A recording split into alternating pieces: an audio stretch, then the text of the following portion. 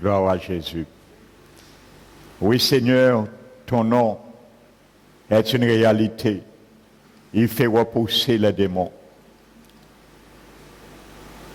Il y a une semence qui a été plantée par toi-même, ta parole de l'Évangile. Et nous connaîtrons cette moisson dorée un jour, Seigneur. Car tu as dit dans ta parole, celui qui sème avec larmes moissonnera un jour avec chant d'allégresse. Celui qui marche en portant la germe en pleurant retourne avec chant d'allégresse lorsqu'il porte la germe dans ses mains. Nous porterons ces germes de cette moisson dorée un jour, car tu l'as dit, les larmes que nous versons présentement dans ce siècle présent, les souffrances qui nous affligent ne sont pas comparables à la gloire à venir qui nous est réservée en toi, Seigneur. Caché en toi, ce mystère révélé par ton Église dans les derniers temps. Merci, mon Dieu, car ça a été une joie pour t'offrir ce trône de reconnaissance, ce palais de louange dans ta maison, dont tu gères, Seigneur, toutes choses. Nous te bénissons, car nous savons ce matin, tes pieds, Seigneur, sont dans ce lieu. Tu es là, mon Dieu. Tu es présent, Seigneur, en esprit. Et tu parleras à un cœur ce matin. Que ce cœur, Seigneur, soit ouvert, disposé, afin de recevoir cette semence que tu veux planter ce matin. Arrose-la par ta parole qui sera délivrée ce matin, dans ma bouche, par l'onction et l'assistance de ton Esprit Saint. Merci, mon Dieu, que cette onction repose sur moi et sur chaque cœur dans ce lieu. Que tous les démons, comme nous l'avons chanté, et tous les dieux en Guadeloupe se prosternent instamment devant la majesté divine. Nous chassons ce matin, dans ce lieu, tout esprit d'assoupissement, tout esprit de sommeil et tout esprit de distraction. Sortez dans ce lieu maintenant au nom de Jésus. Que ton Esprit Saint te glorifie, Père, car il est venu pour cela. Nous remettons toutes choses maintenant entre tes mains et sois glorifié, Père, au nom de notre Seigneur Jésus-Christ. Amen. Asseyez-vous, frères et sœurs, ceux qui nous visitent, soyez les bienvenus. Donc je vais demander aux étudiants des écoles bibliques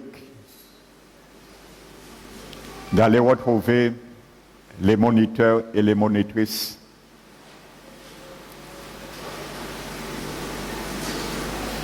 Et nous, le reste, nous allons rester là, dans la présence de notre Dieu, pour entendre ce qu'il a à nous faire entendre ce matin. Alléluia. Donc aujourd'hui, nous savons, la tradition a amené une fête qu'on appelle, on ne sait pas trop si c'est la fête des morts, si c'est la fête des saints, mais peu importe. Et il y a certains que la mort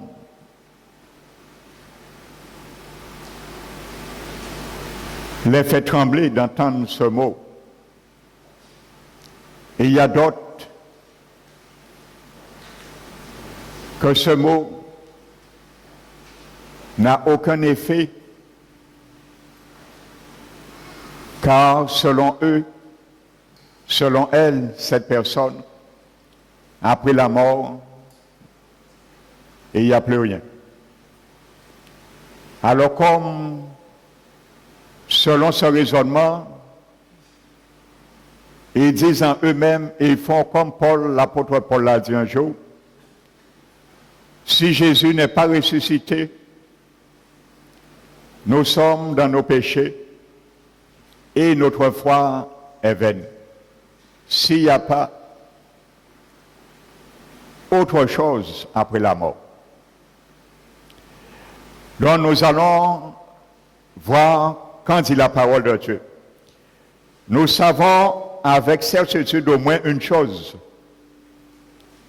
Il y a un homme comme toi et moi. Il a goûté la mort. Il a expérimenté. Il est allé dans la mort. Il a vaincu. Et il est ressorti. Donc lui peut nous expliquer avec précision dans toute sa réalité qu'est-ce que la mort. Alléluia. Jésus-Christ de Nazareth. Amen.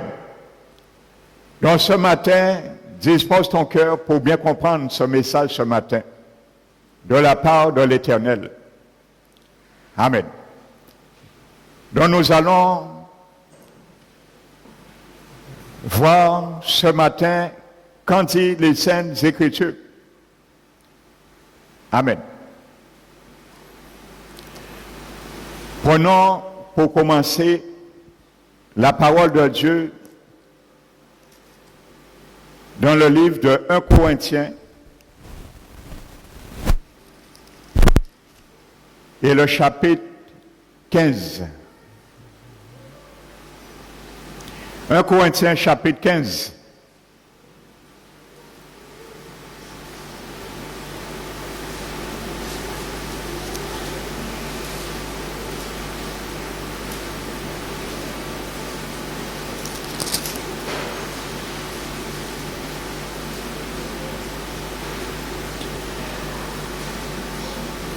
Nous allons commencer à partir du verset 22. Et sois attentif, ne sois pas distrait, parce que ce message concerne toute ton éternité. Amen. La Bible dit, et comme tous meurent, verset 22, en Adam, de même aussi tous nous revivrons en Christ. Alléluia. Mais chacun en son rang. Christ comme prémisse, puis ceux qui appartiennent à Christ lors de son avènement. Amen. Ensuite viendra la fin, quand il remettra le royaume à celui qui est Dieu et Père. Après avoir réduit à l'impuissance toute domination, toute autorité et toute puissance. Car il faut qu'il règne jusqu'à ce qu'il ait mis tous ses ennemis sous ses pieds. Le dernier ennemi qui sera réduit à l'impuissance ou détruit dans certaines versions, c'est la même réalité, c'est la mort. Alléluia. Dans la Bible nous parle, la mort est un grand ennemi, premièrement. Il est personnifié comme un grand ennemi. Mais ce sera aussi parmi tous les ennemis de ta vie, de ma vie, ce sera le dernier ennemi qui sera détruit. Alléluia. Il y a beaucoup d'ennemis dans nos vies.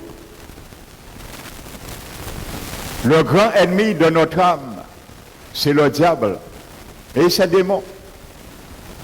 Ce sont nos ennemis, les ennemis de notre salut, les adversaires de notre salut. La Bible nous dit que Dieu va s'occuper de se charger d'eux. Mais le dernier ennemi qui sera détruit, c'est la mort. Amen. Donc maintenant, certains vont dire, mais c'est normal que ce dernier ennemi, la mort, sera détruit. Parce que lorsque nous mourons, il est déjà détruit. Non. Il n'est pas détruit encore. Alléluia. Son jugement est à venir. Amen. Car la Bible dit, demain tous meurent en Adam, aussi tous revivront en Christ. Amen. Prenons maintenant la parole de Dieu dans le livre toujours de 1 Corinthiens, pendant nos sommes. Toujours le chapitre 15.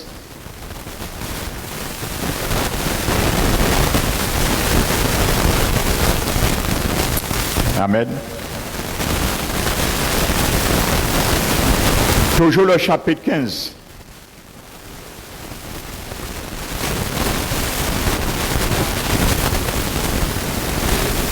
La Bible nous dit, verset 42, « Ainsi en est-il de la résurrection des morts. »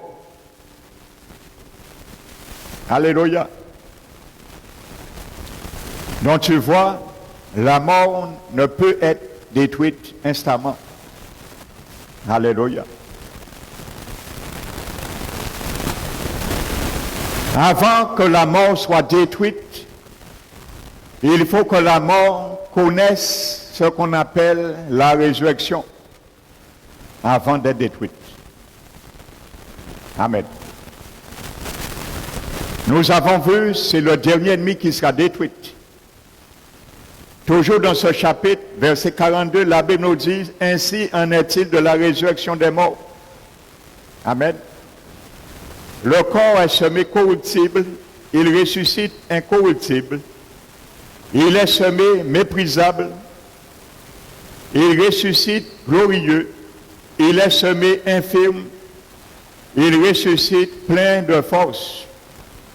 Il est semé corps naturel, il ressuscite corps spirituel. Amen.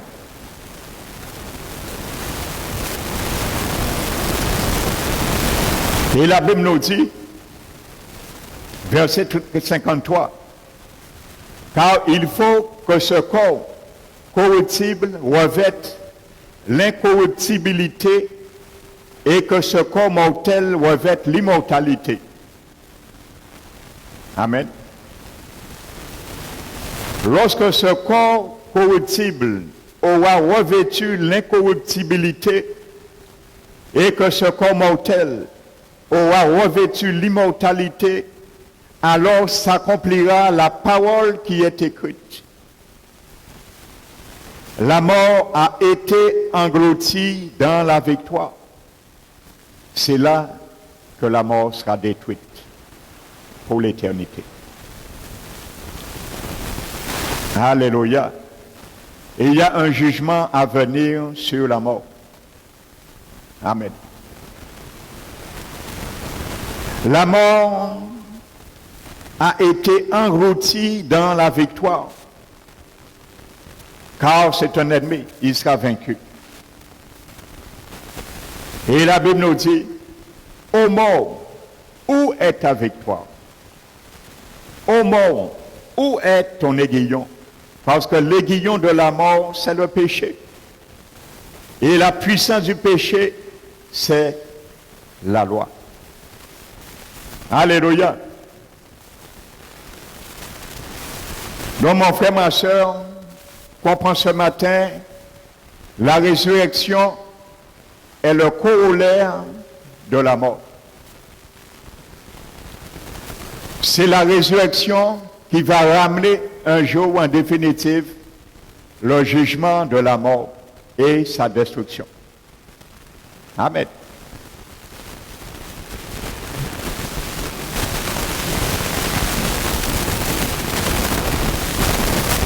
Tout au long de la Bible, de Genèse à Apocalypse, la mort est définie sous divers aspects. Alléluia. Prenons maintenant le livre de l'Épître de Jacques, le chapitre 2.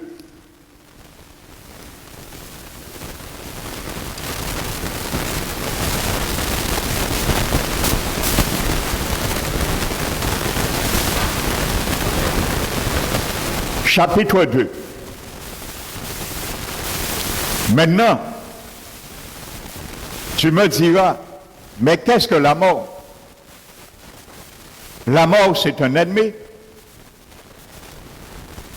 La mort, quand même nous sommes morts, et dans la tombe n'est pas détruit.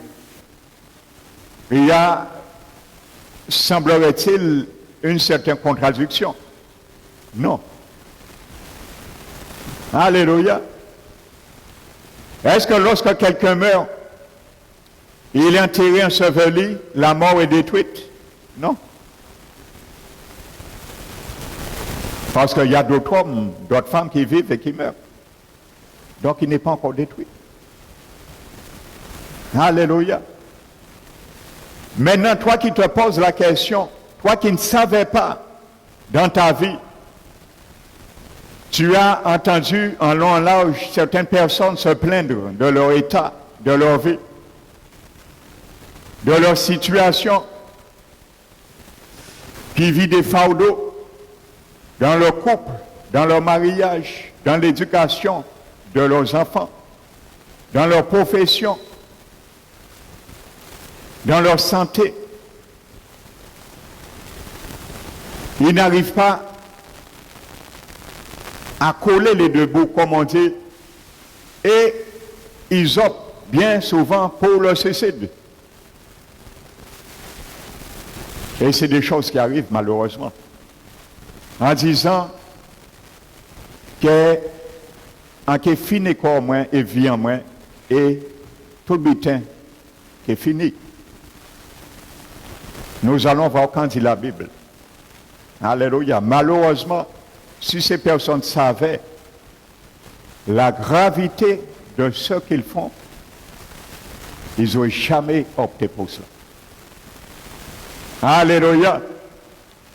Sache quelque chose, tu peux détruire ton corps par le suicide, mais tu ne pourras jamais détruire ton âme. Ça, que ça soit gravé pour toujours dans ta mémoire. Amen. Personne ne peut toucher, détruire ton âme, ni toi, ni quiconque. On peut détruire ton corps, on peut tuer ton corps. Tu peux tuer ton corps, tu peux détruire ton corps. Tu ne pourras jamais détruire ton âme, ni le tuer. Alors quand tu te suicides, ça ne te soustrait pas de tes problèmes. Loin de là, ça s'empire. Et nous allons le voir, nous allons venir. Maintenant, voici la définition maintenant de ce grand ennemi, la mort, qui sera un jour détruite. Car c'est Jésus lui-même qui va le détruire. Alléluia. Il a vaincu la mort. Il a laissé la mort dans la tombe. Il est sorti, il a vaincu. Mais il va le détruire. Alléluia. Jacques chapitre 2, verset 26. Donc, mon ami, frère, si tu ne savais pas encore la définition biblique du mot mort, apprends-le et connais-le retiens-le aujourd'hui. Parce que beaucoup disent, après la mort, c'est une bête. Après la mort, pas ni rien. Quand on peut voir la mort et raconter ça, est vrai. Ça, c'est les opinions des hommes. Et ça ne touche pas l'opinion de Dieu. Voici l'opinion de la parole de Dieu. Et c'est la réalité, que tu le crois ou pas. C'est une réalité et tu ne peux bouger ça dans la parole de Dieu. Amen. Jacques 2, verset 26. Comme le corps physique, celui qui meurt, sans son esprit humain, je précise, pas le Saint-Esprit, mais son esprit humain. Il y a des traductions comme second qui est âme. Certains parmi vous peut-être à cette traduction comme le corps sans son âme. C'est une mauvaise traduction. Dans le grec, ce n'est pas psyché, mais c'est pneuma, esprit. Alléluia. Donc, le mot âme n'est pas une mauvaise, n'induit pas une erreur non plus. Parce qu'en réalité, l'âme est solidaire à l'esprit humain. Ils sont attachés. Donc, ce n'est pas une erreur majeure de cette mauvaise traduction. Mais dans le grec, c'est pneuma, donc c'est esprit. Amen. Comme le corps sans son esprit est mort, de même la foi sans les œuvres est morte. Alléluia. Voici la définition biblique de ce grand ennemi qui sera détruit un jour, la mort. La Bible dit, comme le corps physique, mon corps, ton corps physique, le jour que notre esprit humain quitte ce corps, le corps devient mort. Et progressivement, il rentre dans la putréfaction et il se détruit.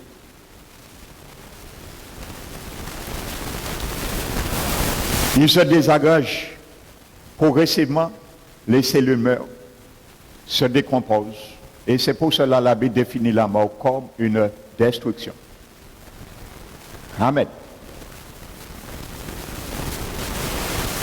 Donc la mort, le grand ennemi qui sera vaincu un jour, détruit plutôt, c'est la séparation de ton esprit, de mon esprit, de mon corps physique. Donc, le mot mort veut dire séparation et non annihilation ni destruction. Amen. Donc, le mot mort biblique, physique, c'est la séparation de l'esprit du défunt qui quitte le corps et il s'en va. Donc, je profite de le dire, notre âme, où il va, où elle va, il suit l'esprit. Notre âme est attachée à notre esprit humain. Il ne reste pas non plus dans le corps. Donc, le corps est dévidé de son propriétaire. Parce que le défunt a déposé le bail de la vie qui était dans cet appartement. Il dépose le bail. Le propriétaire, c'est ton esprit humain. C'est mon esprit humain. Il dépose le bail et il part. Il quitte l'appartement. Où va-t-il? Eh bien, il va dans un lieu qu'on appelle, bien sûr, l'autre côté, après la mort. Il y a un autre endroit, au-delà de la mort, c'est ce qu'on appelle, il rentre dans l'au-delà. Alléluia. Qu'est-ce qu'il va faire? Qu'est-ce que ton esprit, mon esprit, va faire là? Ce n'est pas le sujet aujourd'hui. Nous allons le laisser pour dimanche prochain. Mais nous allons voir où il va, parce que la Bible nous dit il quitte le corps. Il vient qu'à un côté. Est-ce qu'il va au ciel? Est-ce qu'il va en enfer? Parce qu'on connaît ces deux lieux. Est-ce qu'il va au purgatoire? Est-ce qu'il va dans les limbes? Ces 4 endroits qu'on nous a appris traditionnellement, nous allons voir. Parmi ces 4 endroits, où c'est qu'ils vont? Et si ces 4 endroits sont bibliques? Donc ceux qui ne sont pas bibliques, nous allons les mettre de côté. Amen. Mais ce matin, nous restons sur la mort. Parce que c'est un ennemi, il doit être détruit. Donc nous devons connaître comment il sera détruit. C'est là que je vais t'emmener ce matin. Alléluia. Donc notre esprit quitte notre corps. Alléluia. Donc qu'est-ce qui est détruit? C'est le corps. Parce que la Bible nous dit de même, comme le corps, comme l'esprit, comme le corps sans son esprit est mort, c'est la définition du mot mort physique. De même la foi, sans les œuvres, elle est morte. C'est une comparaison que l'apôtre fait. Vous allez comprendre quelque chose. Pourquoi le corps meurt quand l'esprit quitte? Vous savez pourquoi il est comparé à la foi? La foi a une vie. Les fonctions vitales qui animent la foi d'un homme, la foi d'une femme, c'est par les œuvres. Vous savez, les œuvres, c'est ce qui anime les fonctions vitales de ce que la Bible appelle la foi divine. Et c'est pour ça que la Bible dit la foi sans ses œuvres, sans ses fonctions vitales, elle est morte.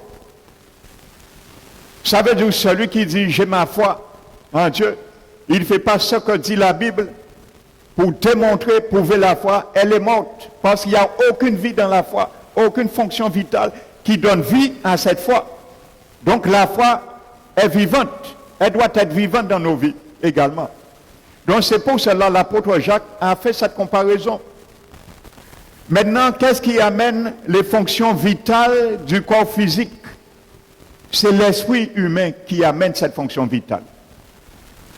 C'est une comparaison, c'est pour cela, lorsque l'esprit quitte, le corps perd ses fonctions vitales. Et trop tard, il demeure inconscient et retourne à l'état primitif. Donc c'est l'esprit humain qui amène ça. C'est pour cela, quand l'esprit part, la vie part aussi. Donc c'est l'esprit humain qui amène le souffle de vie dans le corps physique. Et ça a été comme ça au jardin d'Éden. Le souffle est venu quand l'esprit est rentré, il a amené le souffle et les fonctions vitales est rentré dans le corps physique. Comprenons bien ça. Au jardin d'Éden, Dieu a fait l'homme. Il a créé Adam, il a formé Adam. Adam était à terre, couché sur le sol. Adam avait la chair, il avait les nerfs, il avait les os, il avait la peau, il avait le cœur, il avait les yeux, il avait le sang, il avait les veines, il avait tout ce que tu as et j'ai aujourd'hui dans mon corps physique. Il y avait tout pleinement. Mais il était à terre.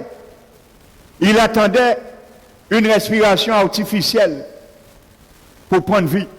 Il était inerte sans vie, mais il avait tout en lui. C'est ce que la Bible appelle que Dieu forma l'homme de la poussière de la terre.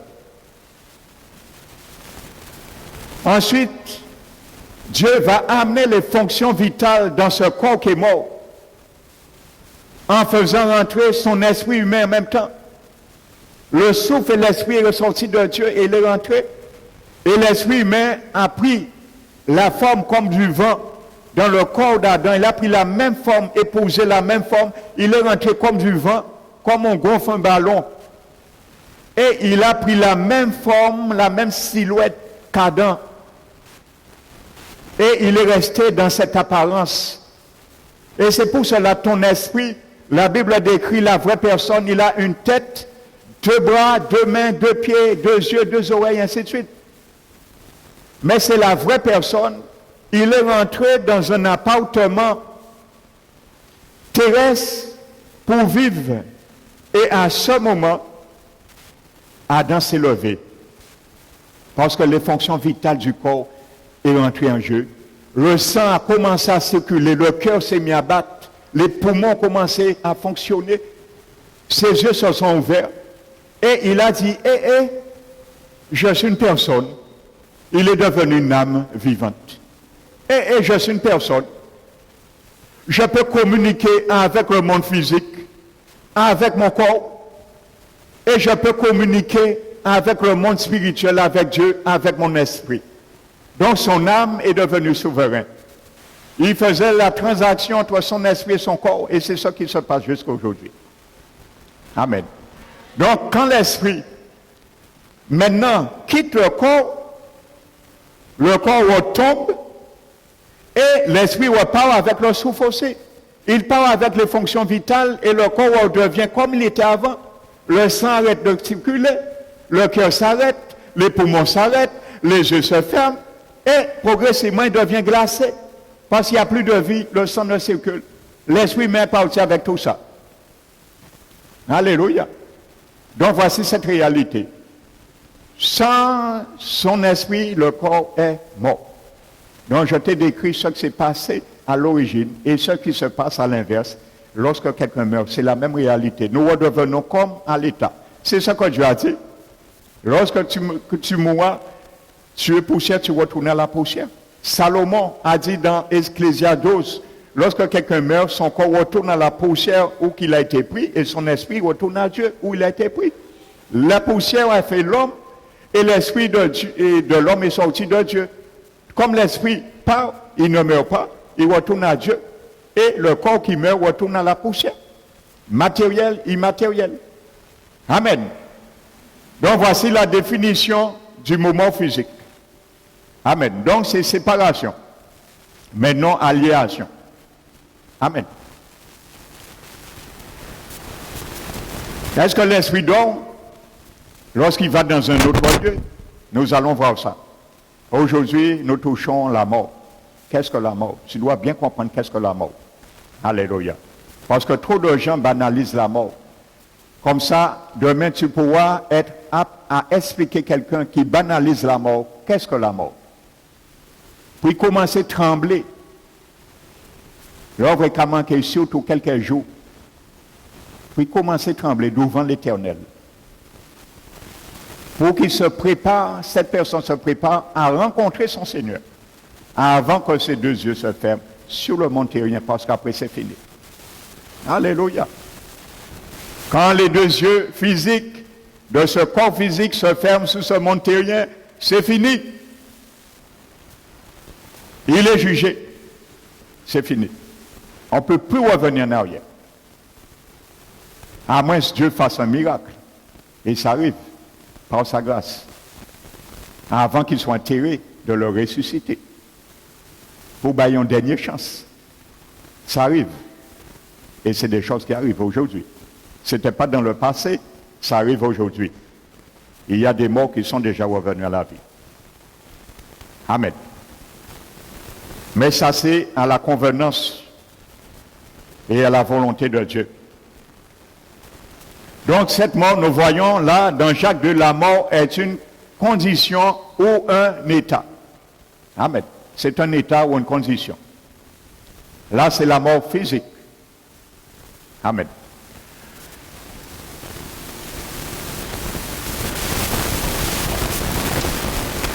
Nous allons voir quelque chose. Prenons le livre juste avant Jacques, au chapitre 9.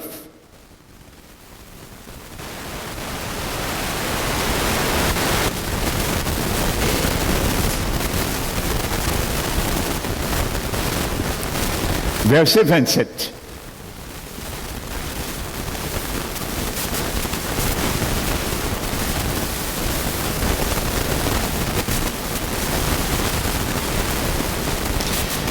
La Bible nous dit, et comme il est réservé aux hommes de mourir une seule fois, après quoi vient leur jugement. Amen. Retiens ce verset. Nous allons prendre une note, nous allons voir si Jésus se contredisait. Tu as vu? Il est réservé aux hommes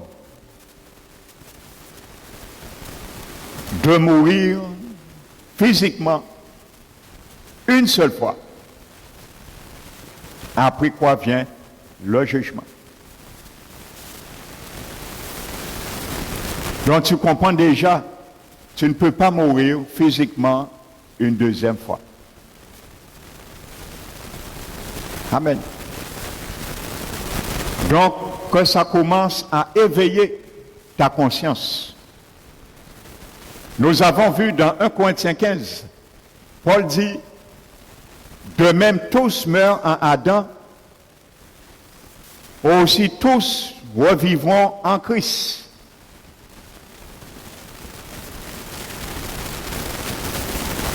C'est par un seul homme la mort est venue, et aussi c'est par un seul homme que la résurrection est venue. Donc quand le jugement, comme Hébreu le dit, viendra, tous les hommes reviendront à la résurrection. Leur corps reviendra à la résurrection. On ne parle pas de l'esprit, l'âme. Ça ne meurt pas, ça. On ne touche pas à ça. On le met ça de côté. Le corps, c'est lui qui meurt. C'est lui qui est détruit. L'esprit, l'âme ne meurt pas, il ne détruit pas. C'est le corps. Donc quand le corps un jour connaîtra la résurrection, il ne mourra plus une deuxième fois physiquement. Pourquoi? Nous allons le voir tout à l'heure. Alléluia. Donc il est réservé à tout homme de mourir une fois. Après quoi vient le jugement. Donc il y a un jugement à venir. Les gens qui vivent, particulièrement aujourd'hui les jeunes, ils vivent n'importe comment. Ils font aucune valeur de leur vie, de la vie des autres. Mais s'ils savaient qu'il y a un jugement qui va venir, je pense que si on avait inculqué ça dans la religion depuis tout petit, je pense qu'il y aurait beaucoup de choses qu'on n'aurait pas connues aujourd'hui. Mais vous savez, comme on a inculqué le jeune, on nous a appris ça au catéchisme. Depuis nous baptiser bébé, nous sauver, c'est au paradis nous qui aille. Alors nous avons fait ça, nous vivions nous. Nous avons tué le monde pour n'importe comment. Nous avons fait ça, nous voulons vivre à eux.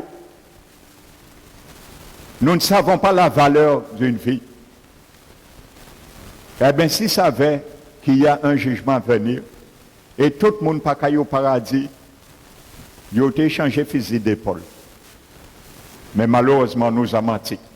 Et aujourd'hui, ce sont les violents qui s'en emparent du royaume de Jésus. Donc la mort désincarne ton esprit et ton âme de ton corps. Il le sépare. Nous l'avons vu. En attendant la résurrection. Donc pour ceux qui seront sauvés, nous l'avons vu, Paul nous donne, notre corps sera connaîtra une rénovation. Amen.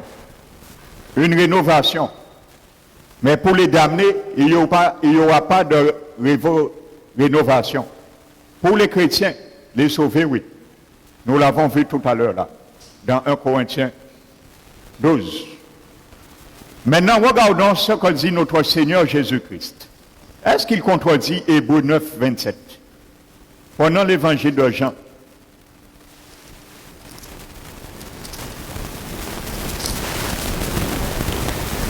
Évangile de Jean, chapitre 24.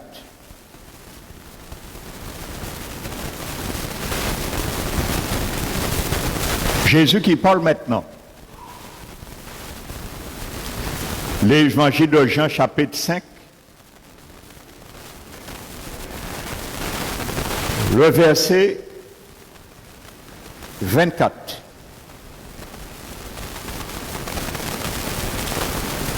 Alléluia. Jésus dit, en vérité, je vous le dis. Il parle à toi ce matin également. Il parle à moi ce matin. Celui qui écoute ma parole, tu écoutes ce matin la parole de Jésus. Ça te concerne. Jésus est le même hier, aujourd'hui, éternellement. Cette parole, la promesse qui concernait cette parole, ça fait plus de 2000 ans, est d'actualité aujourd'hui. Tu peux avoir cette promesse, toi qui es assis dans ce lieu, instantanément, si tu le désires, également. Parce que Paul a dit, l'évangile est une puissance pour le salut de quiconque croit. Donc Jésus dit, en vérité, je vous le dis, celui qui écoute ma parole et qui croit à celui qui m'a envoyé, Dieu le Père, a la vie éternelle.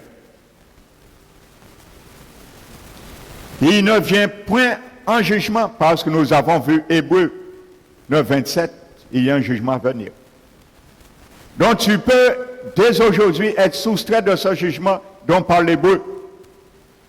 De même, il est réservé à tout homme demeureux une seule fois, après quoi vient le jugement. Ça ne veut pas dire parce que tu seras épargné, je serai épargné au jugement, je ne vais pas connaître la résurrection de mon corps. Il faut quand même que je ressuscite. Alléluia. Parce que mon esprit et mon âme qui a quitté cet appartement, lorsque mon corps va ressusciter, il faut un propriétaire. Parce que mon corps ne peut pas ressusciter sans son propriétaire. Le propriétaire doit retourner. C'est toi, ton esprit, qui est propriétaire de ton corps. Et c'est pour cela, la Bible nous demande de traiter durement notre corps afin qu'il rentre dans le salut un jour. Il faut le traiter, ton esprit, mon esprit doit traiter durement mon corps, son appartement. Le traiter dans la sainteté pour qu'il connaisse la glorification un jour, mon corps. Il faut le traiter durement, l'assujettir à la parole de Dieu. Mais c'est ton esprit, mon esprit, qui doit l'assujettir. Alléluia, le tenir en bon état. Amen. Donc Jésus dit, à la vie éternelle, il ne vient point un jugement, mais il est passé de la mort à la vie. Il n'y a pas d'ambiguïté.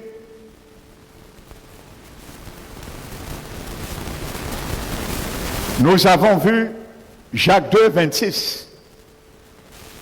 C'est pour ça que je te demande d'être attentif. Parce que nous parlons de la mort. Le dernier ennemi qui sera détruit. Mais la Bible ne s'arrête pas à la mort physique. La Bible parle de 3 morts. Il faut que tu le saches ce matin. Et il y a 3 morts que la Bible distingue. Tous les 3, leur définition, c'est la séparation. Mais il existe 3 morts. Jésus a dit, celui qui écoute ma parole et qui croit en celui qui m'a envoyé, Dieu le Père, ne vient pas en jugement, mais il ne sera pas passé. Il est passé de la mort à la vie. Donc, si quelqu'un, la Bible dit, est réservé de mourir une seule fois, est-ce que si tu crois à la parole, toi qui es là, qui écoutes cette parole, tu crois de tout ton cœur, tu l'acceptes, tu vas passer, le Seigneur va te faire passer par la mort instantanée et tu reviendras à la vie pour vivre éternellement à l'instant même. Allons essayer. Qui veut croire à cette parole? La Bible dit, tu passes de la mort à la vie. Tu meurs tout de suite et tu revis. Qui veut essayer? Maman. Ni mon père mort. Vous voyez, la mort qu'a fait nous père, frère, c'est. Alléluia. Il y a un seul candidat. Vous savez de quoi il s'agit. C'est pour ça que vous n'avez pas levé la main. Alléluia. Donc, c'est une réalité. Donc, vous voyez, s'il fallait mourir physiquement et ressusciter comme Jésus nous le décrit, si c'était cette réalité, à ce moment, l'homme mourrait 2 fois. Nous sommes d'accord. Mais il est réservé à mourir une seule fois. Donc là, il ne s'agit pas de la définition de Jacques 2, 26, la mort physique. C'est une autre mort. La Bible appelle ça la mort spirituelle. Donc, s'il y a une résurrection physique, pour la mort physique, il y a une résurrection spirituelle pour la mort spirituelle. Alléluia. Amen. Parce que le dernier ennemi qui sera détruit va détruire ces 3 morts également. Amen. Donc Jésus nous décrit, il s'agit d'une autre mort, la mort spirituelle. Est-ce que dans la mort spirituelle, notre esprit se sépare de notre corps? Nous allons le voir. Amen. Maintenant, regardons ce que Jésus dit au verset 28. Ne vous étonnez pas de cela. La parole, je viens de vous dire. Car l'heure vient.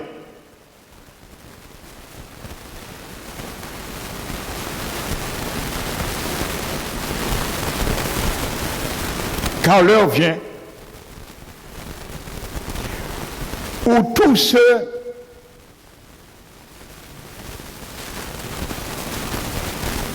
non, pardon, verset 25 avant. Autant pour moi, verset 25. La Bible dit, Jésus dit, en vérité, il explique ce qu'il vient de dire.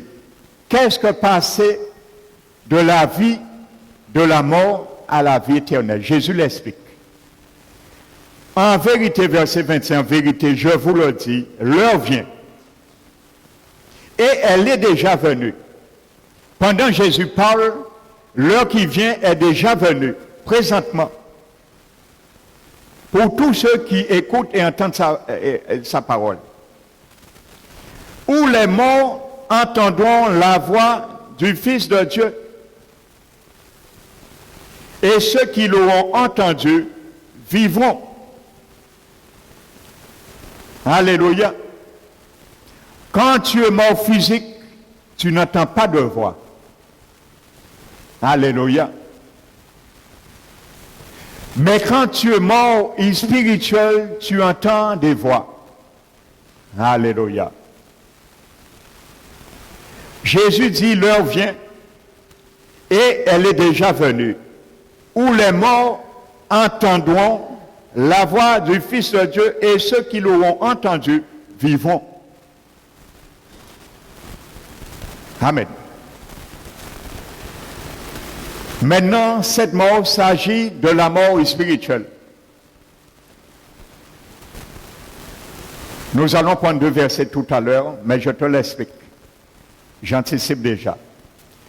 Cette deuxième mort, ce n'est pas ton esprit qui quitte ton corps. Parce que si c'est ton esprit qui quitte ton corps est mort et tes oreilles physiques ne peuvent pas entendre de voix. Amen. Mais ce sont les oreilles de ton esprit qui est dans l'appartement physique du corps qui entend ces voix. Amen. La mort spirituelle, c'est l'esprit de l'homme qui est coupé de Dieu et de sa présence. Donc, ne connaissant pas Dieu, ne pouvant pas communiquer avec Dieu, spirituellement, il est mort. C'est comme s'il est dans un coma spirituel. Il est mort. La Bible le décrit comme une mort parce qu'il est séparé de Dieu. Tout homme vient au monde, leur esprit est séparé de Dieu par rapport à la chute. Ils ne connaissent pas Dieu.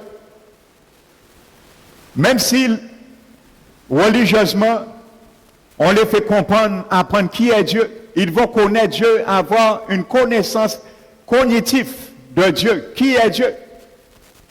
Mais ils ne pourront pas pouvoir toucher, connecter avec Dieu. C'est leur esprit qui permet ceci. Donc, c'est la mort spirituelle. L'esprit est coupé de Dieu et séparé. Bien que son esprit humain vit et fonctionne en lui, mais il est coupé de Dieu. Il n'est pas coupé de l'homme, mais il est coupé de Dieu. Donc, il est mort spirituellement. Et c'est pour cela que Jésus dit que ceux qui écoutent ma parole et qui croient ne vient point un jugement, mais il est passé de la mort qu'il est à l'instant qu'il entend cette parole et à la vie éternelle. La vie éternelle, c'est quoi? C'est ton esprit qui est désatrophié, qui sort dans ce coma et qui connecte Dieu, comme nous l'avons vu dimanche. C'est ton esprit, la lampe qui s'allume. Exactement la même chose. Jésus fait rentrer son esprit dans ton esprit qui est mort. Il le ranime, spirituellement, il le connecte avec Dieu. La présence de Dieu est rentrée. Et la vie éternelle, c'est qu'ils te connaissent. Le Saint-Esprit amène la présence de Dieu, sa nature divine et sa vie. Donc c'est pour cela que Jésus a dit à la vie éternelle, parce que ça se passe dans l'esprit humain. Lorsque le Saint-Esprit rentre dans son esprit revit et vivifié, et il vient à la vie éternelle. Amen. Donc c'est pour cela la Bible, les morts, il s'agit de la mort spirituelle. Je viens tout à l'heure pour vous le démontrer bibliquement. Donc Jésus parle de 2 morts et de 2 résurrections dans ce verset. Il a parlé d'une mort spirituelle et d'une résurrection spirituelle.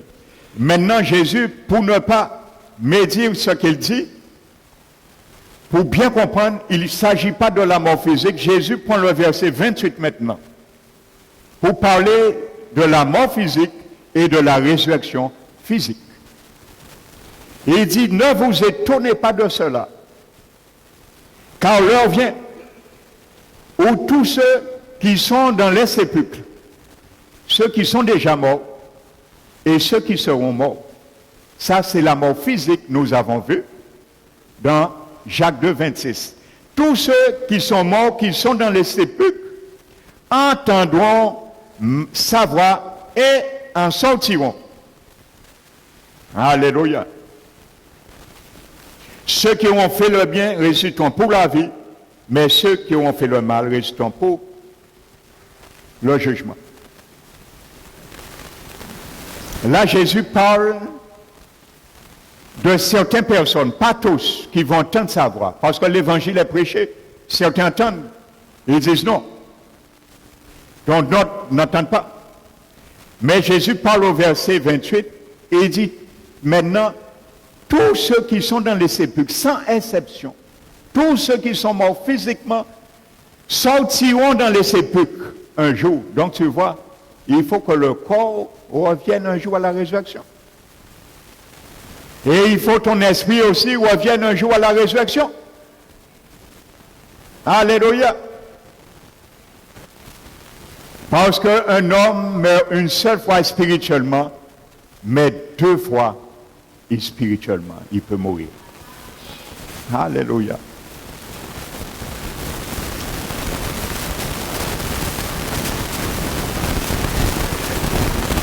Prenons Éphésiens chapitre 2 pour bien montrer ce que Jésus dit. Éphésiens chapitre 2.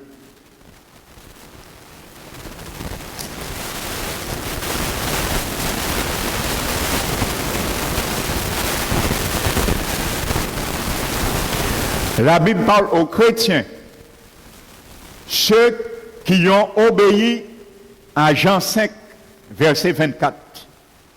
Comme moi et toi, qui sont déjà passés par la résurrection spirituelle. Il parle à ces chrétiens. Il leur dit, vous étiez morts. Nous remettons ça encore. Si Paul parle de la mort physique, ça veut dire que tous les chrétiens qu'il parle dans cette épître étaient morts physiquement un jour. Amen. Ce qui n'est pas le cas.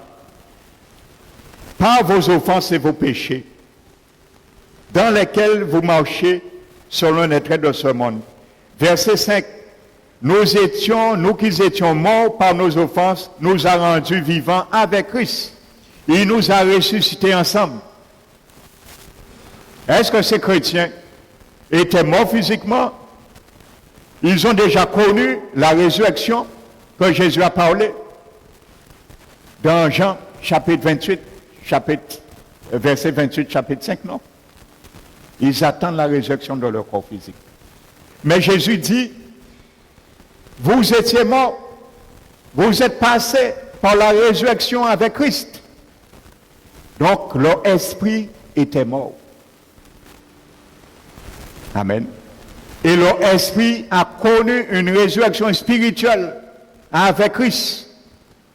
Comment? Nous allons voir comment. Le jour où ils ont dit oui au Seigneur, le jour où ils ont accepté, le jour où ils ont dit Seigneur, j'ai entendu ta parole, l'évangile de vérité qui me condamne parce que je reconnais, je suis venu au monde pécheur. Par rapport à la chute, je constate que je ne peux rien pour moi. Aucune bonne œuvre, rien ne peut me laver. Je suis voué à l'échec, je suis voué à la condamnation. Je l'admets. Et j'accepte ta condamnation est juste à mon égard. Car c'est ta justice qui le demande. Mais je fais une chose. Je rejette mes erreurs passées et je t'accepte comme le seul rédempteur.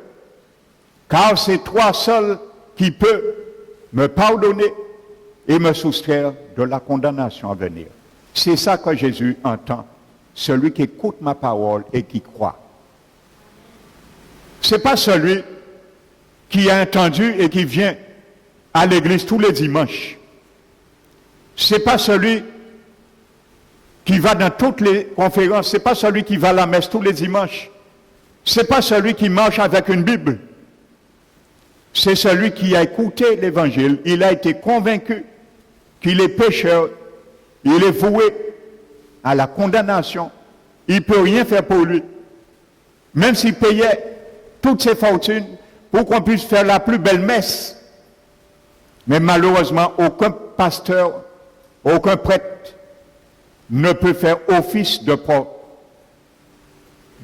postier, expédier par des richesses quelqu'un au ciel. Malheureusement, non. Il y a aujourd'hui certaines personnes, ils vivent leur vie, ils restent dans leur religion, dans leur tradition, ils savent que ça n'est pas bon, ils savent qu'ils donnent l'erreur, mais pour plaire aux parents, pour plaire à la famille, pour plaire à la communauté, yo ka rete jour là yo mort, famille a yo ka son pasteur. Yo pour rien rentrer en via yo dans on seul en via yo église évangélique. Yo ka son pasteur pour faire messe là, yo ka quoi pasteur là que son postier et que espèce yo par une belle messe. Non, ça ne marche pas comme ça avec le Seigneur. Non. Salomon a dit, si un arbre tombe au nord ou au midi, il demeure où qu'il est tombé. Où qu'il est tombé. Ça, Salomon décrivait la condition de l'éternité d'un homme qui tombe, qui meurt sur la terre. Sa destinée éternelle. Si un arbre tombe au midi ou au nord, il demeure là. Pas on peut l'éveiller en position là. Si dans la condamnation éternelle, il était là pour l'éternité. Si mort dans la condition du salut, la justice du Christ, il sera là pour l'éternité justifié. Amen. Donc c'est ça que le Seigneur explique. Donc comment l'esprit est passé de la mort à la vie. Maintenant, comment ton esprit est passé de la mort à la vie. Donc pour bien comprendre que c'est ton esprit qui était mort, comme Éphésiens 5, Jésus va le confirmer nous-mêmes. Alléluia. Ça, c'est la mort spirituelle. Avant de prendre notre Seigneur Jésus, prenons-le Jean. L'évangile de Jean, le chapitre 3. Il y a d'autres versets qui parlent de mort spirituelle. Hein. Ce n'est pas le seul verset. Hein. Notez Colossiens 2,13. Il y en a d'autres.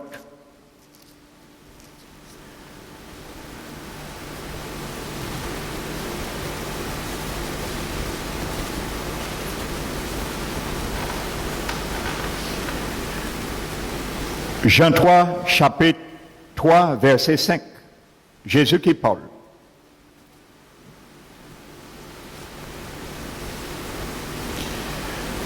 Ça s'appelle scripturairement ce que Jésus a décrit. Celui qui croit passe de la mort à la vie, la nouvelle naissance. Amen. Verset 5. Jésus répondit, en vérité, je te le dis, si un homme non né d'eau d'esprit ne peut rentrer dans le royaume de Dieu. Quand Jésus parle, tu dois rentrer dans le royaume de Dieu. Pourquoi? Parce que tu es dans un autre royaume. Si tu dois rentrer dans le royaume de Dieu, c'est parce que tu n'es pas encore là. Et si tu n'es pas encore là, c'est parce que tu dois rentrer. Et si tu dois rentrer, c'est parce que tu dois quitter le royaume dans lequel tu te trouves. Parce qu'on ne peut pas marcher dans deux royaumes en même temps. On ne peut pas être ambassadeur de plusieurs endroits en même temps. Alléluia. Donc Jésus dit, verset 6, ce qui est né, la nouvelle naissance, c'est l'acte par lequel ton esprit mort passe par la vie éternelle, la résurrection spirituelle. Et Jésus dit maintenant, ce qui est né de la chair, c'est chair. Alléluia. Et ce qui est né de l'esprit, du Saint-Esprit, c'est ton esprit. Là, c'est Jésus qui l'explique, c'est pas moi. Qu'est-ce qui passe de la mort à la vie éternelle? C'est ton esprit. Ça s'appelle la nouvelle naissance. Parce que tu es né, ce qui est né de la chair est chair. La nature de la naissance physique humaine, c'est la chair. Mais la nature de la résurrection de la naissance spirituelle, c'est ton esprit. C'est la nature, esprit qui renaît de nouveau. Donc tu dois naître deux fois pour être sauvé.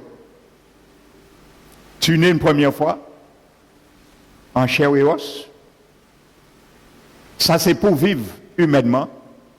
Et tu dois naître une deuxième fois pour vivre éternellement. Alléluia. L'homme est né physiquement, humainement pour vivre physiquement. Et doit naître une deuxième fois pour vivre éternellement. Alléluia. Donc c'est la nouvelle naissance qui introduit ton esprit humain dans l'éternité, dans la vie éternelle. Donc c'est ton esprit qui doit passer de la mort à la vie. Amen. Donc nous allons le concrétiser encore dans 1 Jean chapitre 3. 1 Jean chapitre 3.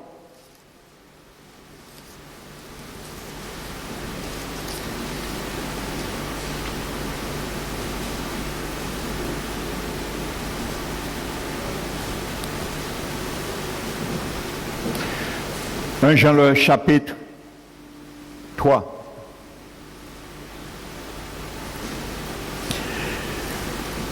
Verset 9. Quiconque est né de Dieu, ce que nous venons de voir dans la bouche de Jésus, né de Dieu, né de nouveau, c'est la même réalité. Ne pratique pas le péché parce que la semence de Dieu demeure en lui, ainsi, parce qu'il est né de Dieu. Amen. Verset 14. Nous savons que nous sommes passés de la mort à la vie. Comment?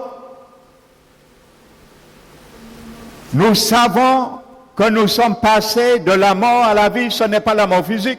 Je vous dis que Paul ne disait pas aux chrétiens, vous étiez morts physiquement, parce que moi, je n'ai jamais été mort physiquement le jour où je suis passé par la vie éternelle. Et toi non plus. Nous savons aux chrétiens nés de nouveau, nous sommes passés de la mort à la vie. Ils étaient bien morts. Comme Éphésiens le dit, vous étiez morts. Vous étiez morts. Mais vous êtes vivants en Christ. Ils n'étaient pas vivants physiquement au moment Paul et Paul. Oui, physiquement. Mais spirituellement, ils n'étaient pas vivants. Nous savons que nous sommes passés de la mort à la vie parce que nous aimons les frères. Celui qui n'aime pas les frères demeure dans la mort. Nous revenons au verset 9. Quiconque est né de Dieu ne pratique pas le péché. Alléluia. Donc, quand tu es né de Dieu, tu passes de la mort à la vie. Qu'est-ce qui passe de la mort à la vie? C'est ton esprit humain, Jésus a dit. Donc là, c'est clair. On appelle ça la mort spirituelle. Et tout homme vient mort spirituellement au monde. Amen. Donc la mort physique, c'est ton esprit et ton âme qui se séparent de ton corps physique. Mais ton esprit et ton âme continuent à vivre. Dimanche, nous allons voir s'il dort, s'il est inerte, si l'esprit est emprisonné quelque part, il ne peut pas parler. Il a oublié tout ce qui se passe sur la terre. Sa conscience a été éradiquée, sa mémoire. S'ils se reconnaissent ou pas, nous allons voir la destinée de l'esprit et de l'âme. Parce que le corps, nous connaissons sa destinée, c'est la mort, la destruction. Amen. Donc la mort physique, c'est l'esprit, l'âme humain qui se sépare de son corps, l'appartement. Il déménage. Il laisse tous les meubles dans le corps et il déménage. La mort spirituelle, c'est ton esprit, mon esprit, qui est coupé, séparé de Dieu. C'est deux choses différentes. Mais ton esprit n'est pas séparé de ton corps. Il vit. Par contre, ton esprit vit, mais il est séparé de Dieu. C'est la mort spirituelle. Maintenant, nous allons voir la troisième mort dont parle la Bible. Amen. Prenons la parole de Dieu.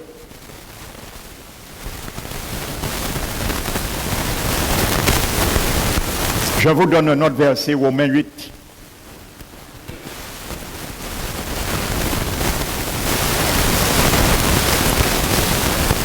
Romains 8.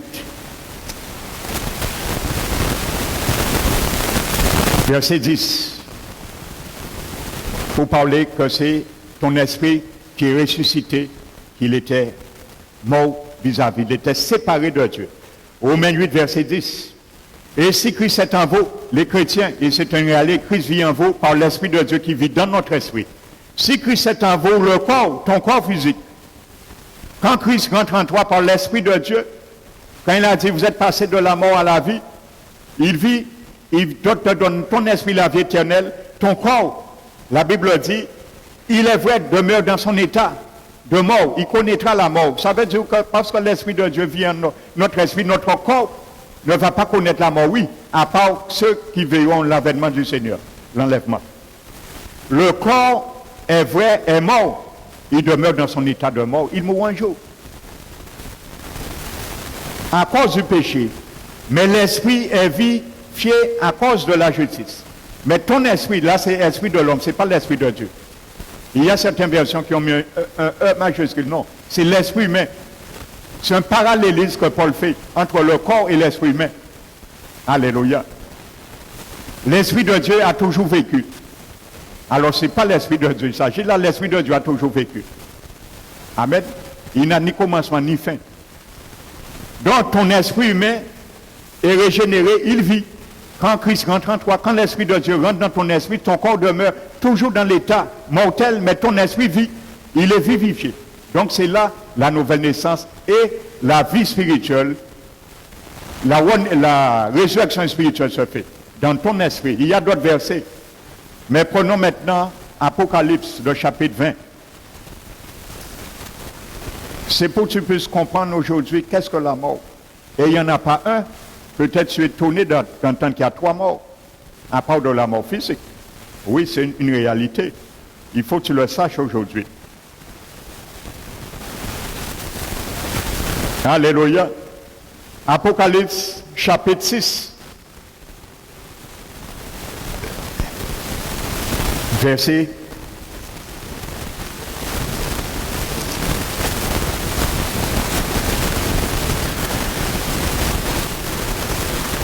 Maintenant, tu vas bien comprendre. Là, nous avons vu la mort est une condition, un état, qui est la séparation de l'esprit du corps. Là, la Bible personnifie la mort. Alléluia. Là, la mort est personnifiée. Ce n'est pas un état, une condition, mais une personne, la mort. Il est personnifié. Elle est personnifiée. Je regardais Apocalypse verset 8, je voici par un cheval d'une couleur verdâtre, couleur de mort. Celui qui le montait se nommait la mort. Là, c'est un personnage, une personne, il s'appelle la mort. Et quand Jésus a dit le dernier ennemi qui sera détruit, c'est la mort, il visait ce personnage également. Et sa condition. Alléluia. Celui qui le montait se nommait la mort. Donc il est personnifié, la mort est personnifiée là. Ce n'est plus une condition, mais elle est personnifiée comme une personne. Et le séjour des morts l'accompagnait.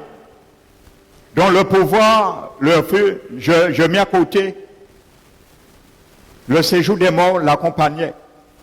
Le pouvoir leur fut donné, je viendrai sur ça dimanche prochain. Le pouvoir leur fut donné de tuer un quart des habitants de la terre par l'épée, ainsi de suite. La Bible nous dit que ce personnage s'appelle la mort. C'est un agent du diable. Il monte comme une personne et il va détruire le quart des habitants de la terre. Ça à l'événement à venir bientôt, qu'il va se faire vraiment au moment de 7 années de tribulation. Je ne vais pas m'étendre sur ça. Mais Dieu nous montre déjà sur cette télévision ce qui va se faire par rapport à la révélation qu'il a donnée à son apôtre Jean. Donc la mort nous décrit comme celui qui frappe. Et celui qui crée des événements, la mort personnifiée décrit comme des événements qui frappent l'humanité pour le désincarner de son corps. C'est ça la mort. Donc le but de cet homme, de ce cavalier, cet agent du diable, qui ont à ses charges pendant ces 7 années, son but c'est de frapper par la mort. Amen. Et la Bible nous dit c'est par l'épée, ainsi de suite. C'est un châtiment, c'est le jugement de Dieu. Il va utiliser ceci pour châtier la terre parce que ça avait été écrit. Maintenant, cet homme, la mort, maintenant, c'est lui qui frappe pour, dans quel but? Désincarner l'esprit et l'âme du corps. C'est ça la définition du mot. Donc le personnage, son but, c'est de frapper pour désincarner l'esprit et l'âme de son corps. C'est son rôle. Alléluia. Et le cavalier qui le suivait, qui est son corollaire, s'appelle le séjour des morts. Et dimanche prochain, tu vas voir le but de ce deuxième cavalier qui s'appelle le séjour des morts. Son but, c'est recueillir les esprits et les âmes désincarnées par le premier cavalier qui est la mort pour les ramener dans un lieu. Il travaille d'une manière concomitante. La mort frappe, il désincarne l'esprit et l'âme du corps parce que c'est ça que nous avions vu dans Jacques 2, 26. Et son deuxième cavalier, son compagnon, le séjour des morts, prend l'esprit et l'âme et il les emmène dans un lieu. Amen. Donc c'est comme ça qu'il travaille. Vous n'avez pas encore entendu des gens dire que lorsque quelqu'un était sous son lit de mort, il voyait des anges noirs venir pour le ramener. Eh bien, un peu, c'est ces personnages. Vous savez, lorsque Satan voit quelqu'un n'a pas fait paix avec Dieu avant qu'il meure sur terre, il a un registre, hein. Il connaît nous à tout le monde qui est capable de tenir. Et là, vous savez, mon ni quelques jours, quelques heures à mort, il a envoyé des démons à contre ce cavalier du séjour des morts, et il est au chevet de cette personne. La personne ne le voit pas, mais les démons sont là. Ils attendent que le cordon argent se rompe, que l'esprit coupe, le cordon argent se rompe, la personne décède, et l'esprit qu'il envoyait, démoniaque, ramener l'esprit et l'âme du défunt et l'emmener.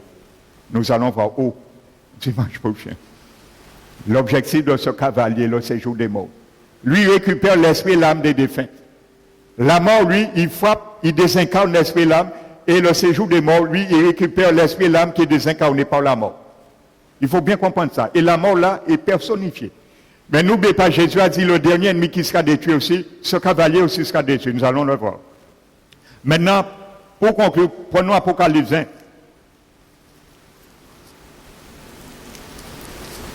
Là. Et nous allons voir maintenant comment la mort sera détruite. Alléluia. Apocalypse chapitre 20.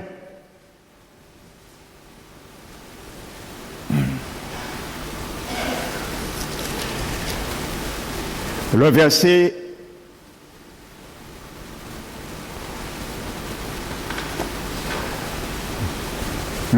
11.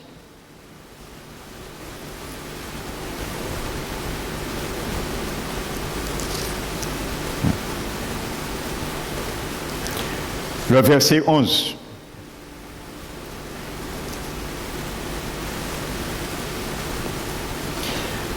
Avant de prendre le verset 11, prenons le verset 6, Apocalypse 20. Heureux et saints ceux qui ont part à la première résurrection, car il y aura deux résurrections. La seconde mort n'a point de pouvoir sur eux, mais régneront avec Christ pendant 1000 ans. Hébreux 9, 27 a dit, il est réservé à tout homme de mourir une seule fois. La Bible dit, heureux et saints ceux qui ont part à la première résurrection, la seconde mort n'a point de pouvoir sur eux. Est-ce que la Bible se contredit? C'est deux versets antithétiques, contradictoires. Mais elles ne se contredisent pas. La deuxième mort n'aura point de pouvoir sur lui, sur eux, les chrétiens sauvés. Alléluia. Donc la Bible parle d'une troisième mort spirituelle. Ça c'est une autre mort, mais toujours spirituelle. Prenons Apocalypse chapitre 20, verset 11. Puis je vis un grand trône blanc. Et celui qui était assis, la terre, le ciel s'enfuit devant lui.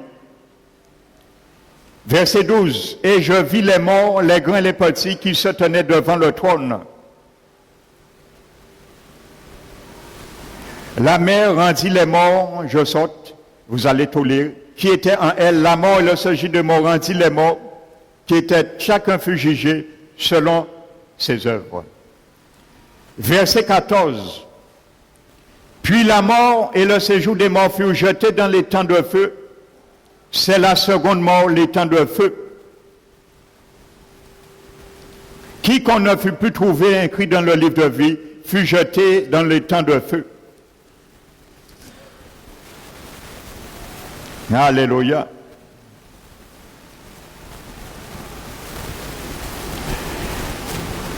Et dans Apocalypse chapitre 21, le verset 4,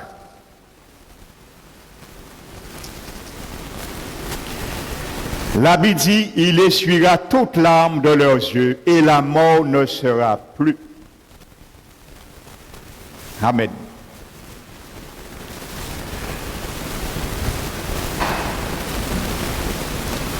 La Bible parle une troisième mort, la mort, une mort spirituelle qui est la deuxième mort. La Bible nous dit, vous avez lu, la Bible dit, maintenant, le jour du jugement arrive. Il est réservé à tout homme de mourir une seule fois, après quoi vient le jugement. Là, c'est le jour du jugement, la Bible appelle ça le grand trône blanc, pureté devant Jésus. Jésus juge maintenant l'humanité. Il nous a dit que je vis les morts, les grands et les petits, les pachas,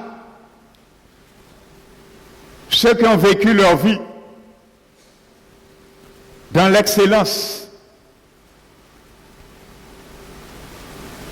dans l'opulence. Ils n'ont pas fait gare à leur âme. Ils se sont enrichis. Ils ont pensé, parce qu'ils sont riches, ils vont payer de belles messes et ils seront sauvés. Ils sont dans les classes des grands. Les grands, pour eux, leur prêcher l'évangile, c'est qu'on sait quoi insulter eux. Ils n'ont pas besoin de ça, ils sont riches. Et les petits, dans toutes les classes ethniques et éthiques, ils sont là maintenant. Mais comprenez quelque chose. La Bible nous dit, j'envoie les morts, les grands et les petits. Ils sont debout devant le jugement, devant Jésus. Comment un mort peut être debout et il est mort physiquement? Non. Jean décrit ceux qui étaient morts. Comme nous, avant de connaître Christ, dans Éphésiens 2, vous étiez morts. Spirituellement, parce que nous sommes venus morts spirituellement au monde. Donc ces gens-là que j'envoie, comme les morts, ils se tiennent devant le Seigneur. Ils étaient morts spirituellement dans leur vie terrestre. Ils sont morts physiquement, mais toujours demeurés morts spirituels quand ils sont morts physiquement. Ils ressuscitent toujours morts spirituellement. C'est clair. Donc j'envoie des morts spirituels, mais ressuscités physiquement devant le trône blanc, parce qu'il doit comparaître pour le jugement. Donc, la Bible est décrite comme incarnés, esprit, âme et corps, incarnés de nouveau. Ils sont passés par la résurrection. Ils comparaient devant le jugement. Et ils sont jetés vivants, esprit, âme et corps, dans la géhenne. Et la Bible définit ça, la seconde mort. Parce qu'ils étaient morts une première fois, spirituellement, ils meurent une deuxième fois, spirituellement. La première fois, c'était leur esprit qui était séparé de Dieu. La deuxième mort spirituelle, c'est leur esprit, leur âme et leur corps incarné qui est séparé et banni définitivement de Dieu. On appelle ça la deuxième mort spirituelle. Il y a des religions qui ont mal compris ça. Et ils ont fait la doctrine du sommeil de l'âme. Malheureusement, ils ont mal compris ça. Alléluia. Mais Apocalypse 20 nous dit, ils ont pas dormi. Parce qu'il est marqué, ils ont souffert dans lac de feu de soufre, nuit et jour. Et ensuite, la Bible nous dit, le jugement c'est fini. Les damnés sont jugés. Comment la mort maintenant va être détruite? Apocalypse 21, 4 nous le dit. La mort ne fut plus. Pourquoi? Parce qu'il n'y aura ni péché. Les damnés ont été jugés. Leur lot a été l'AGN. Et je vous garantis, l'AGN existe. Il est un endroit, dimanche nous allons le voir. Il existe déjà, mais il est vide. Il n'y a personne dedans. Il n'y a personne dedans, il est vide. Mais l'enfer n'est pas vide. Il ne faut pas mélanger enfer et GN. L'enfer a des milliards d'individus, la GN est vide. La première personne qui va baptiser la GN, la Bible dit, qui peut me dire? La première personne qui va baptiser la GN, qui est-ce? Amen. L'Antichrist et le faux prophète. Ils vont baptiser la GN 1000 ans avant que le diable. Alléluia. Premier monde qui baptise, goûter, chalet là, les seyo. Et diable qui goûté 1000 ans après. C'est marqué dans la Bible. Donc maintenant, comme le péché n'existera plus, qu'est-ce que Paul a dit dans Corinthiens 15? L'aiguillon de la mort, c'est le péché. Et la puissance du péché, c'est la loi. La loi, le péché, c'est la transgression de la loi. Quand Adam et Ève ont péché, ils ont transgressé, ils sont morts physiquement, spirituellement. Il n'y aura plus péché. Il n'y aura plus transgression parce que nous tous, nous serons déjà des petits dieux. Nous ne pourrons plus pécher. Ce sera fini. Péché mort sera banni du vocabulaire de Dieu. Ça ne va plus exister. Parce que nous serons des dieux, comme Dieu, des petits dieux. Et c'est l'objectif du Seigneur aujourd'hui, de faire de nous des hommes dieux. Jésus a été Dieu homme, il fait de nous des hommes dieux. C'était cet échange, il est venu faire avec nous. Apprenons à laisser. Maintenant, comme il n'y aura plus de péché, plus transgression de loi, donc le péché sera banni. Et comme on ne pourra plus pécher, on ne pourra plus mourir, on ne pourra plus quitter notre corps, donc la mort qui définit la séparation de l'âme et du corps et de l'esprit sera détruite. Parce qu'on ne pourra plus pécher. S'il n'y a pas de péché, il n'y a plus de mort. S'il n'y a plus de mort, il n'y a plus de désincarnation de l'esprit, l'âme, du corps. Donc la mort sera détruite. Et la Bible dit, le dernier ennemi qui fut jeté, nous l'avons lu dans la GN, c'est la mort et le séjour des morts. Relisons-le en conclusion. Amen.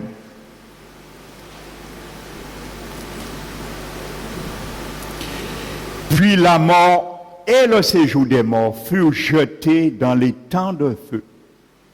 Le dernier ennemi qui sera détruit, c'est bien la mort. C'est fini après. Après, c'est la Jérusalem céleste. Alléluia. Et je peux te dire, si tu as déjà lu des témoignages sur le ciel, ça te donne envie d'aller tout de suite. Comme Paul l'a dit, en demeurant dans cette tente, nous sommes loin du Seigneur. Mais je sais le jour où je la quitterai, je serai à la présence du Seigneur. Paul a vu des choses, mais qui ne lui a pas permis d'être écrites. Mais aujourd'hui, Jésus a envoyé beaucoup d'hommes, voire et de femmes. Ils les ont permis d'écrire aujourd'hui. Et je vais te donner de l'appétit déjà, ce qu'on appelle la cité céleste, qui est déjà préparée pour tous les chrétiens dans le monde entier puissent habiter.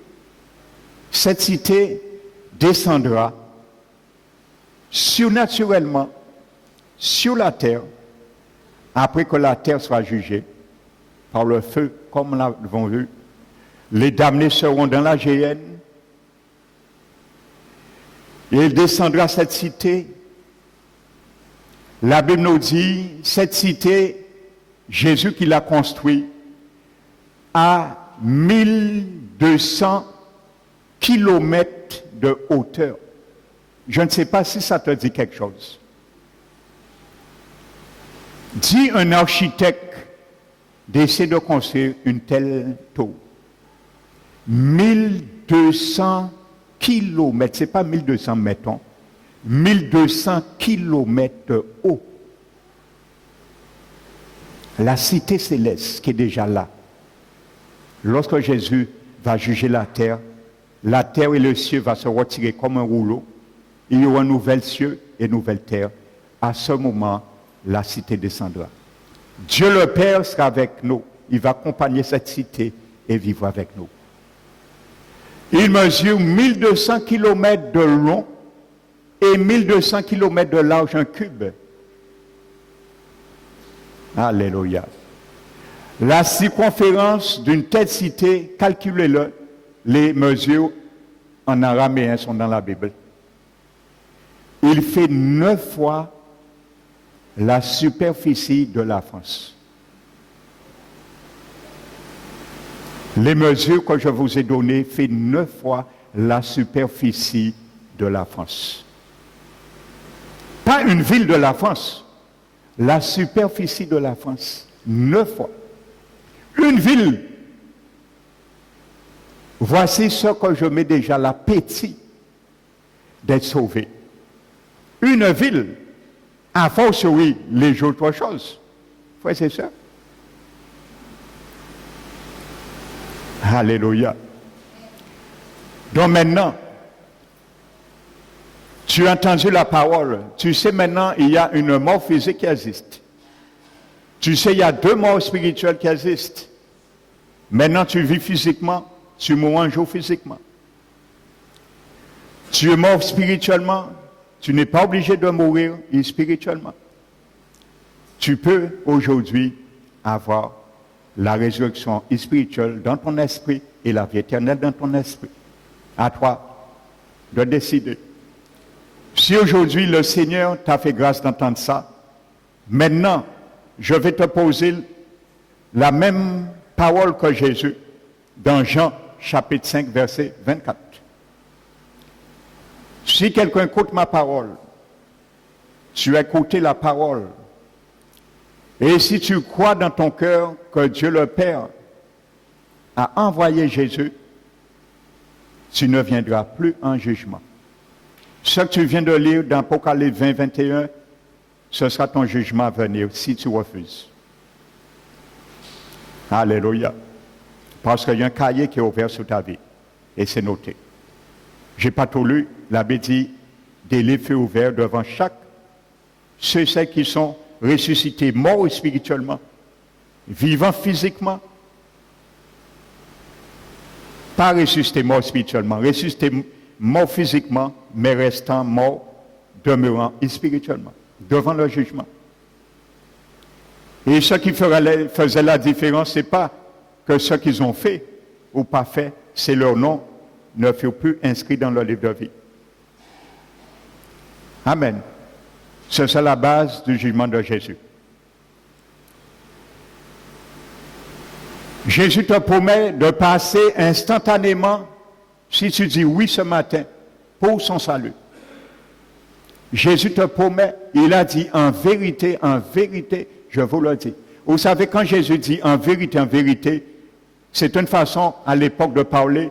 Ça veut dire ce contexte, en vérité, répété 2 ou 3 fois. Ça veut dire on intérêt bien prendre attention sans qu'à faire, pas jouer sans qu'à dire. C'est ça que ça veut dire le mot. En vérité, c'était un jargon qui existait à l'époque. De ne pas passer dessus. Quand Jésus disait en vérité, parfois il parlait sans dire en vérité, mais les en vérité, ça veut dire pas passer à côté sans aucun attendre. Pas exemple, ni point excuse. Il t'a promis, à l'instant même, tu passes de la mort à la vie. À l'instant, c'est un miracle. C'est un miracle. Ça veut dire que ton esprit va s'allumer. Tu vas sentir en toi quelque chose qui s'est allumé. Fais l'expérience toi-même. Je ne peux pas expérimenter ça avec toi. Je ne peux pas le partager avec toi. Je l'ai déjà fait. Tu vas sentir une lampe s'allumer à l'intérieur de ton être. Ton esprit. Quand le Saint-Esprit va rentrer, instantanément, la lampe va s'allumer. Tu vas voir. Tes yeux vont être illuminés. Tu vas comprendre des choses. Tu vas te sentir bizarre. Mais une bonne bizarrerie. Alléluia. Parce que la nature divine et la vie éternelle de Dieu va rentrer en toi. C'est normal, tu vas sentir. Il y a une réalité. Tu vas sentir un souffle spirituel rentrer en toi.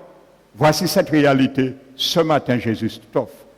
Veux-tu le goûter? Vous savez, je peux être un cuisinier. Je peux parler beaucoup de un plat nouveau que je fais. Tu peux sentir que ça pas bon, il pas bon. Ou pour rien goûter. Si vous goûtez, vous dites moins bon. Ou bien pas bon, mais il faut goûter. Alors, ça que je te dis, je ne peux pas partager mon expérience personnelle avec toi. Il faut le goûter toi-même pour voir s'il est bon ou pas bon. Jésus a dit, si vous avez goûté que le Seigneur est bon, approchez-vous de lui. Donc ce matin, si tu as goûté cette parole de la part de l'évangile de le Seigneur est bon, approche-toi de lui pour qu'il puisse te sauver. Tu ne sais pas demain qu'est-ce qui t'attend. L'éternité est grande. Et je t'invite dimanche de venir entendre la suite. Donc si ce matin tu veux dire oui à Jésus, lui il est allé dans la mort. Il a vaincu la mort. Donc il a la clé de la mort et de la vie éternelle. Donc si tu veux dire Seigneur Jésus, je veux la vie éternelle, c'est gratuit. Dis oui simplement. Alors si tu le veux, tu veux sortir ici gracié avec la vie éternelle, ta lampe allumée, lève ta main.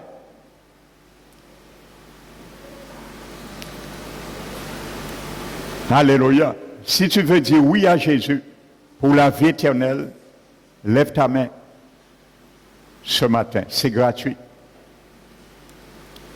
Il ne te demande pas de te mortifier.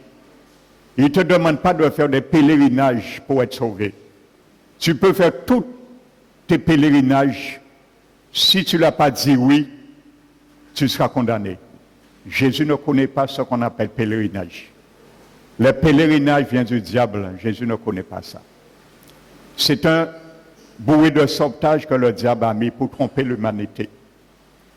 Alors ce matin, si tu veux dire oui à Jésus, lève ta main où tu es. Amen. Donc ceux qui ont dit oui à Jésus, lève-toi et avance-toi. Afin de lui remettre ta vie dans ses mains. Et qu'en retour, il allume cette lampe qui était éteinte en toi. Et il te communique la vie éternelle. C'est très simple. Tu remets ta vie au Seigneur et il te donne sa vie. Quel plus beau échange qui existe dans le monde. Tu remets ta vie, tu donnes un cadavre à Jésus, parce que nous sommes tous des cadavres morts. Tu donnes un cadavre à Jésus et il te donne en échange une vie éternelle. Pourquoi ne pas saisir l'occasion? Amen. Donc le Seigneur a dit de prêcher l'évangile pour servir de témoignage. Celui qui croira et qui sera baptisé sera sauvé. Celui qui ne croira pas sera condamné. Donc tu as entendu la parole de vérité.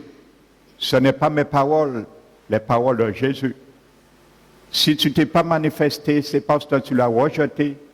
Tu ne veux pas le salut. Je te le dis, je ne le souhaite pas. Ça, si tu te sors dans ce lieu, quelque chose t'arrive, tu descendras directement en enfer. Je préfère te le dire parce que dimanche prochain, je vais te le démontrer bibliquement. Jésus a dit aujourd'hui, c'est le jour du salut. N'attends pas demain. Tu ne sais pas demain ce qui t'attend. Toi qui es là, tu hésites. Tu es retenu dans ta chaise. Ce n'est pas toi qui te retiens, mais c'est le diable. Parce qu'il sait, si tu te lèves, les chaînes qui te tiennent dans la captivité vont être brisées. Il ne veut pas que tu te lèves. Il te dit non, reste assis. Tu auras le temps.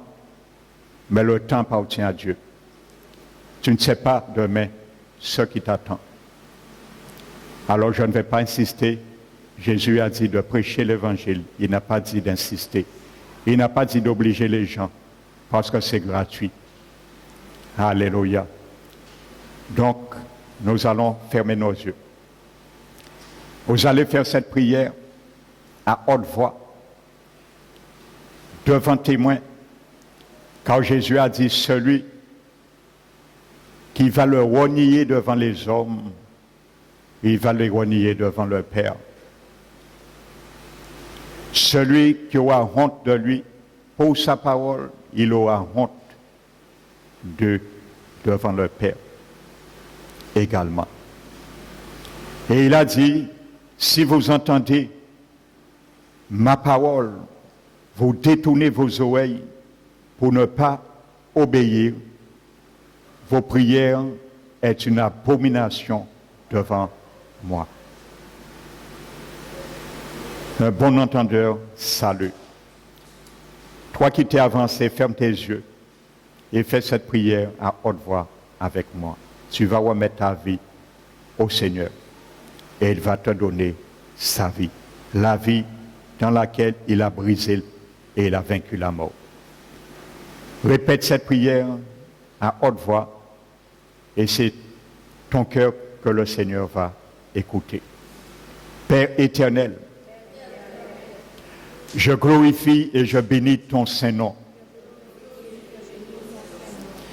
Merci ce matin de m'avoir permis de comprendre, de connaître et de savoir qu'il n'existe pas une mort physique seulement, mais qu'il existe également deux morts spirituelles, parmi lesquelles je me trouve. Mais je veux ce matin sortir dans cette mort spirituelle, afin que même si je meurs un jour, physiquement, tu m'as promis que j'aurai la vie éternelle et que tu reviendras une deuxième fois, non pour porter les péchés, mais pour t'apparaître à moi pour le grand salut éternel que tu m'as offert. Je crois de tout mon cœur que tu es le Messie, celui venu de Dieu, celui qui s'est incarné dans la chair pour mourir à ma place. Je reconnais que je suis né pécheur. Je suis venu au monde condamné par rapport à la chute. Et je sais que tout ce que j'aurais pu faire ne pourrait me soustraire de la condamnation à venir.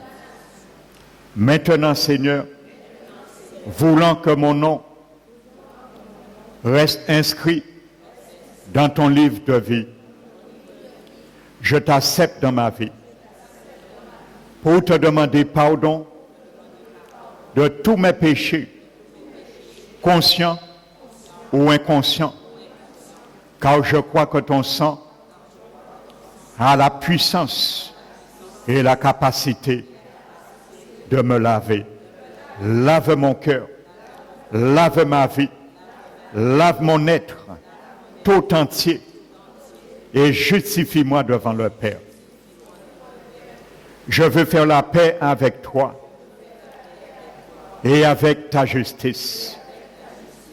Alors je te reçois dans mon cœur. J'ouvre mon cœur, car tu m'as dit, si j'obéis et si je crois, je ne viens plus en jugement, mais je passe de la mort à la vie éternelle. Je veux ce salut. Je te reçois dans mon cœur comme mon Sauveur et comme mon Seigneur. Et je confesse devant le Père que tu es le seul Rédempteur qui puisse me sauver et le seul médiateur entre Dieu et tous les hommes. Seigneur Jésus, Père éternel, donne-moi ton Esprit Saint afin qu'il rentre en moi qui s'installe dans mon esprit, afin que mon esprit soit allumé et réveillé dans le sommeil spirituel, la mort et spirituelle dont il demeurait. Je te reçois, Seigneur, dans la foi, car ta parole est vérité. Je crois et je confesse que j'ai reçu le pardon par ton sang et que j'ai reçu par la foi ton Esprit Saint que tu m'as promis. Je te glorifie, Père.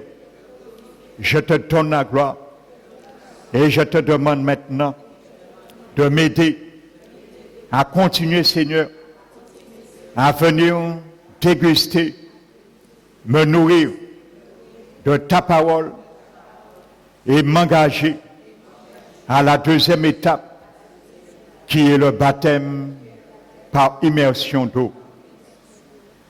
Garde-moi, Seigneur, à rester résolu de l'engagement que j'ai pris et à vivre chaque jour et marcher selon les injonctions de ta parole. Merci pour ce salut. Je le reçois par la foi. Au nom de Jésus. Amen.